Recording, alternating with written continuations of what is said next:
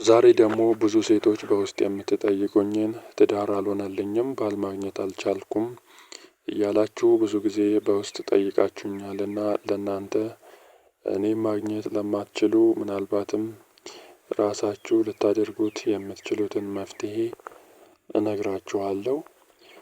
እንዲሁም ደግሞ እኔን ማግኘት ለምትችሉ የተለያዩ አይነት የጥበብ አሰራሮች አሉ። ነገር ግን ለሁላችሁም የሚሆነውን የመዝሙረ ዳዊት በገቢር የሆነውን መፍትሄ ይዤላችሁ መጥቻለሁ። ዛሬ እንግዲህ ውድ የቻናሌ ቤተሰቦች እንግዲህ ዳዊት መዝሙረ ዳዊት ለብዙ የተለያዩ የጤና ችግሮች እንዲሁም የተለያዩ መፍትሄዎች የሚውል መፍትሄን የያዘ መሆኑን ብዙዎች የምታውቁ ይመስለኛል።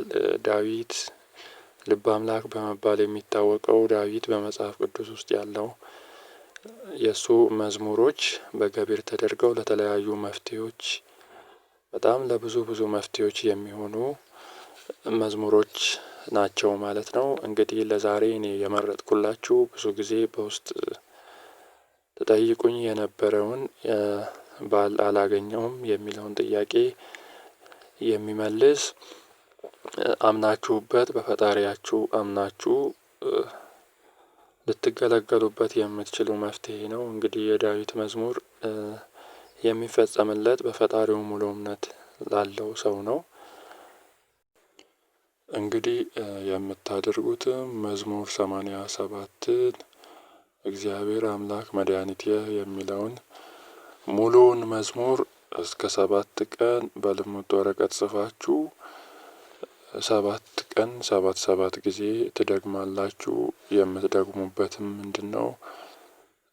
የቀጋ አበባ የአጋም አበባ እንዲሁም ደግሞ የጽጌረዳ አበባ ለቅማችሁ በውሃ አሽታችሁ እዛ የተጨመቀው ላይ ውህዱ ላይ 7 ቀን 7 ጊዜ ትደግሙበታላችሁ ማለት ነው።